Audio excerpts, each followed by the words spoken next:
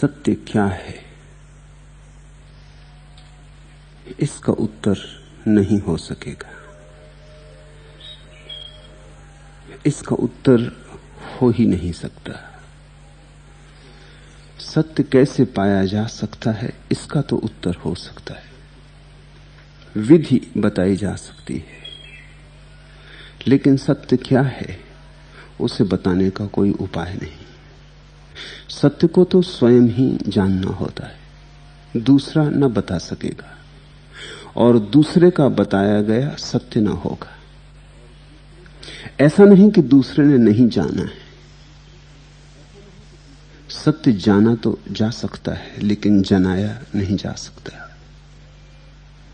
प्रश्न महत्वपूर्ण है, लेकिन उत्तर की अपेक्षा ना करो। उत्तर तुम्हें खोजना होगा, उत्तर मुझसे ना मिल सकेगा। मेरी तरफ से इशारे हो सकते हैं कि ऐसे चलो, ऐसे जियो, तो एक दिन सत्य मिलेगा। लेकिन सत्य क्या होगा, कैसा होगा, जब मिलेगा तो कैसा स्वाद आएगा, यह तो स्वाद आएगा तभी पता चलेगा। हम होशियार लोग हैं, हम गणित लगा के चलते हैं। हम पहले पूछते हैं सत्य क्या है, ठीक पता चल जाए तो फिर हम खोज करें। इसलिए तो बहुत कम लोग सत्य की खोज करते हैं। सत्य की खोज का अर्थ हुआ अज्ञात में जाना है, अंधेरे में उतरना है, अनजान अपरिचित से दोस्ती करनी है। सत्य है भी, इसका भी कोई भरोसा नहीं दिला सकता तुम्हें। अगर तुमने जिद की हो, अगर तुम तर्क में कुशल और पटु हो, तो कोई यह भी नहीं सिद्ध कर सकता कि सत्य है। तुम्हें श्रद्धा हो, स्वीकार हो, तो तुम ये बात मान के चल सकते हो कि सत्य है। कैसे तुम मानोगे? क्योंकि आज तक किसी ने नहीं कहा कि सत्य क्या है। जीसस को पूछा है सूली लगाने के पहले पांटियस पायलट ने, रोमन गवर्नर ने, जिसकी आज्ञा से जीसस को सूली हुई। सूली की सजा देने के बाद, सजा सुनाने के बाद, पायलट ने जीसस की तरफ देखा और कहा कि एक प्रश्न मुझे भी पूछना है, मेरा निजी प्रश्न, सत्य क्या है? और जीसस जो जीवन भर बोलते रहे थे, जब भी किसी ने कुछ पूछा था तो उत्तर दिया था, कहते हैं चुप खड़े रह गए। पायलट की आंखों में झांका लेकिन चुप रहे, बोले कुछ भी नहीं। बिना बोले सूली पर चढ़ गए। क्यों नहीं बोले? न बोलने का कारण है, जो प्रश्न पूछा था उसका शब्दों में उत्तर नहीं हो सकता। लाओ त्सु ने कहा है, जो कहा जा सके वह सत्य ना होगा। सत्य तो कहा ही नहीं जा सकता, और जो भी कहा जा सकेगा कहने के कारण ही असत्य हो जाएगा। जापान में एक बहुत बड़ा ज़ेन फकीर हुआ, लिंग सु। सम्राट ने उसे बुलवाया था प्रवचन देने को। आया, सम्राट का निमंत्रण था तो जरूर आया। सम्राट ने खड़े होकर प्रार्थना की, सत्य क्या है? लिंगसु खड़ा हुआ मंच पर, उसने जोर से सामने रखी टेबल पीटी, सन्नाटा छा गया। सब लोग उत्सुक होकर बैठ गए, सबकी रीढ़ें सीधी हो गई।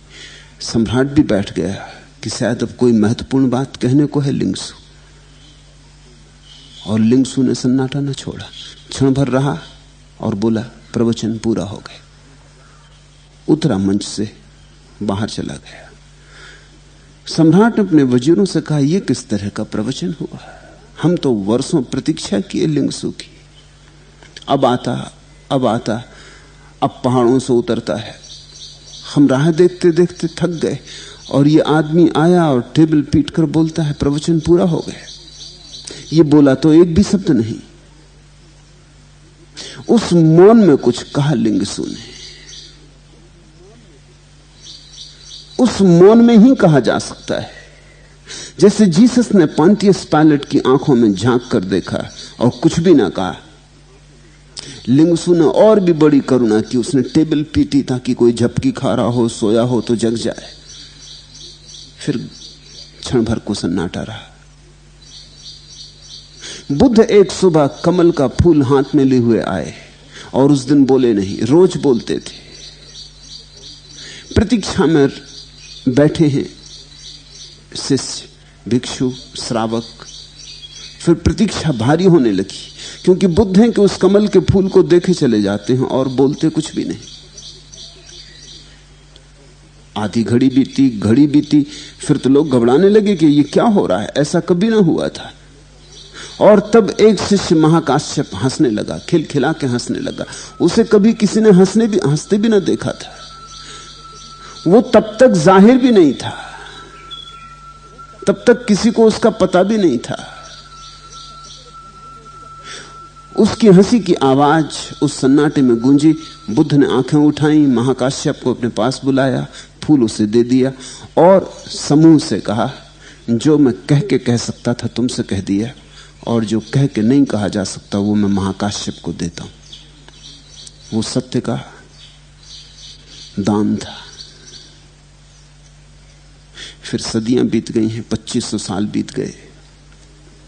बौद्ध चिंतक मनीषी इस पर विचार करते रहे, ध्यान करते रहे कि क्या दिया बुद्ध ने महाकाश्यप को, क्या मिला महाकाश्यप को, क्यों महाकाश्यप हंसा।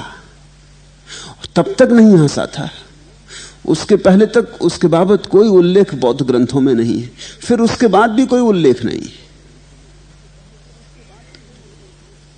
महाकाश्यप हंसा लोगों की चित्त दशा देखकर कि लोग शब्द में प्रतीक्षा कर रहे हैं और आज बुद्ध मौन में दिए दे रहे हैं।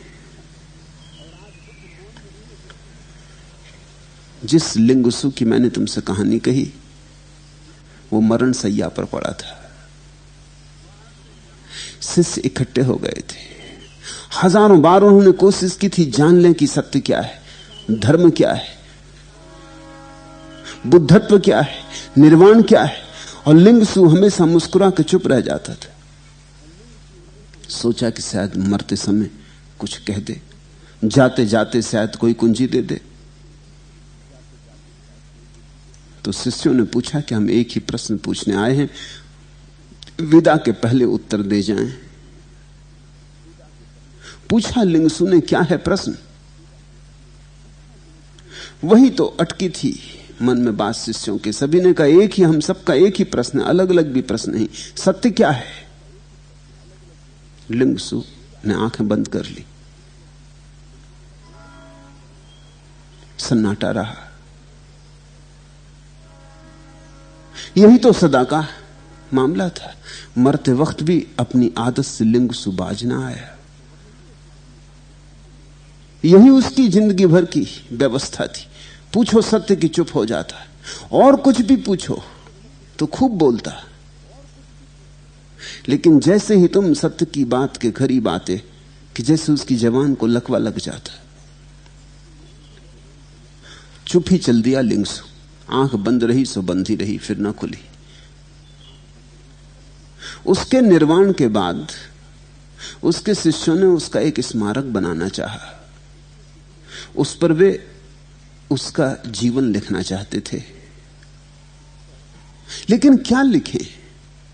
उसका जीवन मौन की एक लंबी कथा थी। नहीं कि उसने कुछ ना कहा था, रोज बोलता था,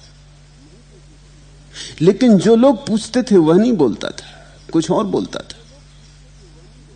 लोग पूछते हैं स्वास्थ्य क्या है, और लिंगसू बोलता था औषधि क्या है बीमारी को दूर करने की।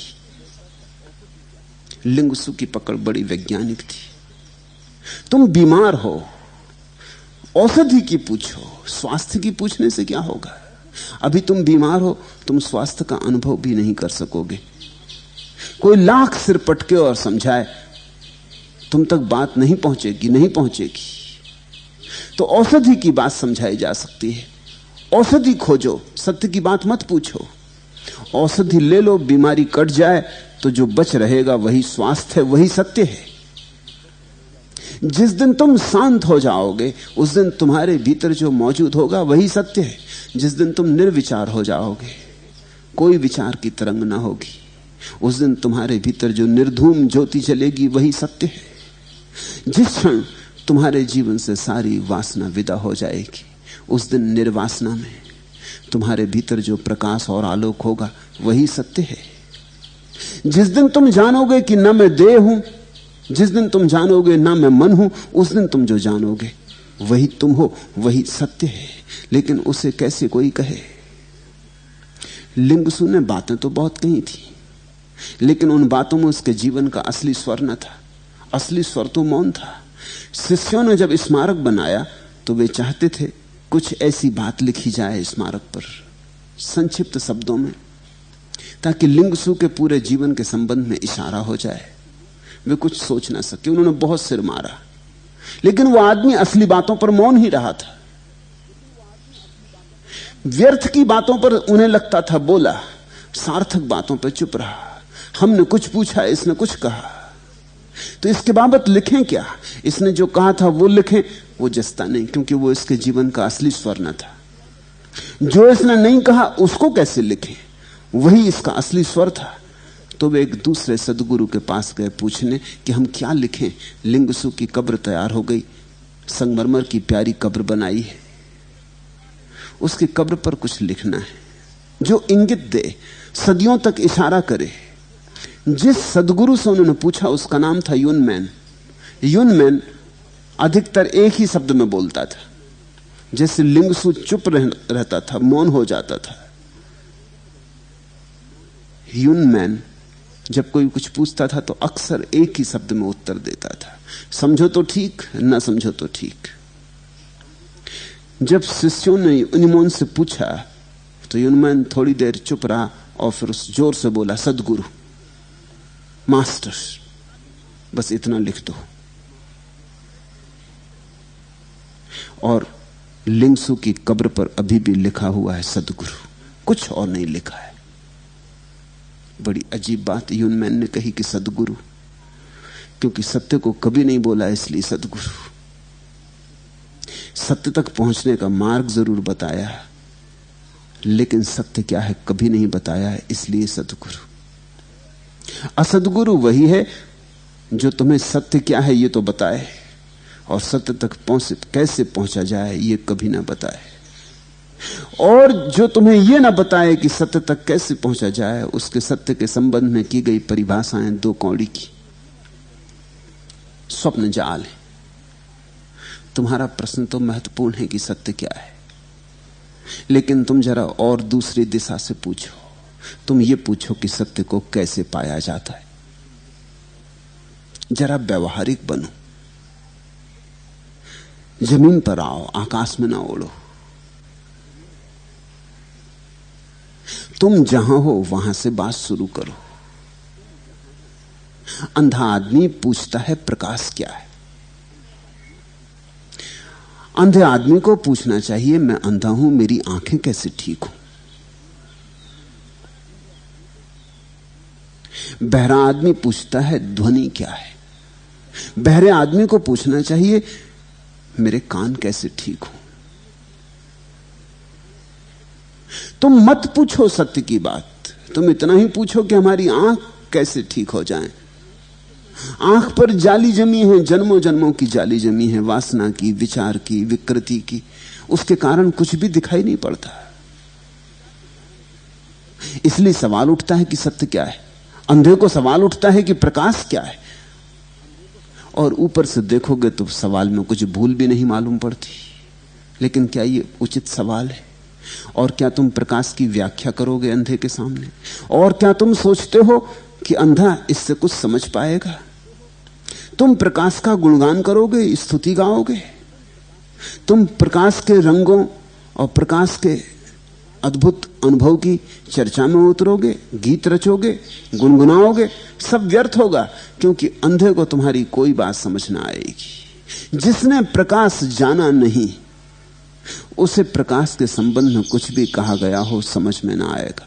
खतरा यह है कि कहीं कुछ का कुछ समझ में ना आ जाए।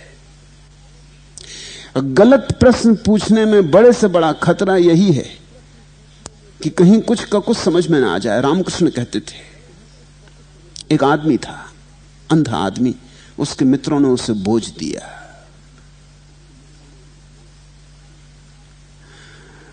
खीर बनी, उस अंधे आदमी को पहली दफे ही खीर खाने को मिली।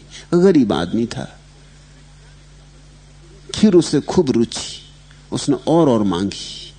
फिर वो पूछने लगा, जरा इस खीर के संबंध में मुझे कुछ बताओ। पास में बैठे किसी तथाकथित बुद्धिमान ने कहा, खीर बिल्कुल सफेद होती, रंग इसका सफेद है। उस अंधे ने कहा, मेरे साथ मजाक ना करो, जानते हो कि मैं अंधा हूं, जन्म अंधा हूं। सफेद यानी क्या? मगर पास में बैठा हुआ आदमी भी पूरा पंडित था, उसने सफेद को समझाने की कोशिश की। उसने कभी बगले देखे? बगले जैसे सफेद होते, उसी का नाम सफेद ही। उस अंधे ने कहा, एक पहेली को सुलझाने के लिए तुम दूसरी पहेली बता रहे हो। बगले क्या? कभी देखे नहीं। मगर पंडित भी पंडित ही था, उसने भी जिद कर ली थी कि समझा के ही रहेगा। उसने कहा, बगले नहीं देखे? चलो ये मेरा हाथ है, इस पर हाथ फेरो, ऐसी बगले की गर्दन होती। अपने हाथ को बगले की गर्दन जैसा टेढ़ा करके उसने हाथ फिरवा दिया। अंधा बड़ा खुश हुआ, बड़ा आनंदित हुआ। उसने कहा, खूब खूब धन्यवाद तुम्हारा, अब मैं समझ गया कि खीर कैसी होती। तिरछे हाथ की तरह खीर होती, मैं समझ गया, अब मेरी बात समझ में आ गई। कोई मुझे समझाए तो मैं समझ जाता हूं, लेकिन समझाते ही नहीं लोग टाल ही जाते। तब उस पंडित को समझ में आया कि ये समझाना ना हुआ, ये तो और हानि की बात हो गई।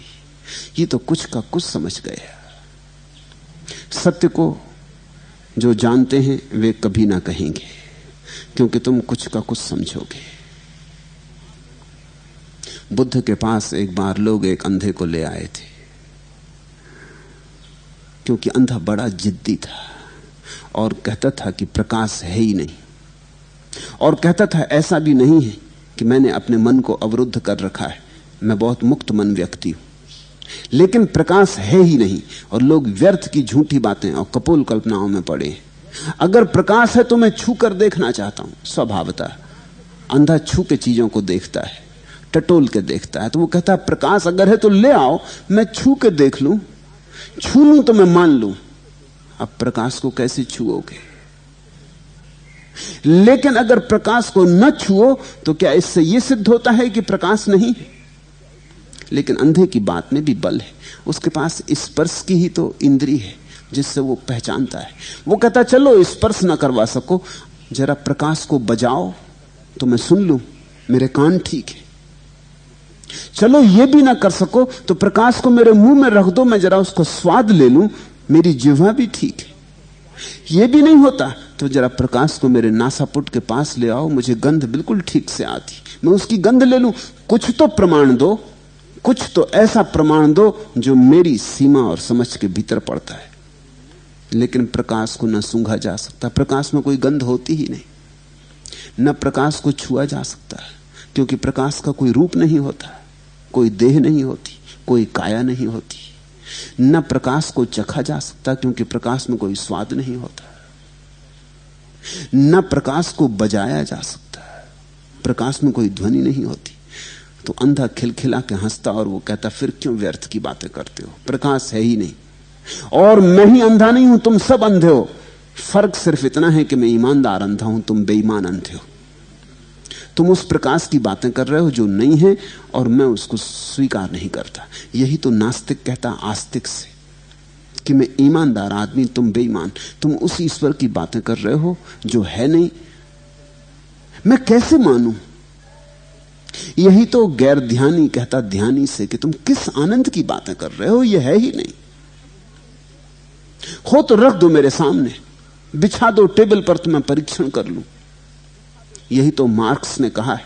मार्क्स ने कहा है, जब तक ईश्वर प्रयोगशाला में परीक्षित ना हो तब तक स्वीकार नहीं होगा। जब हम टेस्ट ट्यूब में रख के ईश्वर की परीक्षा कर लेंगे, एसिड डाल के और 1000 तरह के उपाय करके, तब हम स्वीकार करेंगे। जो तुम्हारे टेस्ट ट्यूब में समा जाएगा वो ईश्वर होगा। जो तुम्हारी टेबल पर लेट जाएगा और तुम उसके अंग अंग खंडित करोगे, विश्लेषण करोगे और तय करोगे कि कौन है, वह ईश्वर होगा। नास्तिक यही तो कहता है कि मुझ में और तुम में इतना ही फर्क है। यह फर्क नहीं है कि ईश्वर है, फर्क इतना ही कि मैं ईमानदार, मैं वही कहता हूं जो मुझे दिखाई पड़ता है। तुम उसकी बातें करते हो जो दिखाई नहीं पड़ता। तुम अदृश्य के संबंध में नाहक अटकलें लगाते हो। यही उस अंधे ने बुद्ध से कहा था। बुद्ध ने कहा कि मैं तेरी बात समझता हूं, मुझे तेरी बात में जरा भी विरोध नहीं। लेकिन उन्होंने, जो लोग उस अंधे को लेके आए थे, उनसे कहा कि तुम्हारी बात गलत है, तुम इसे समझाने की कोशिश मत करो।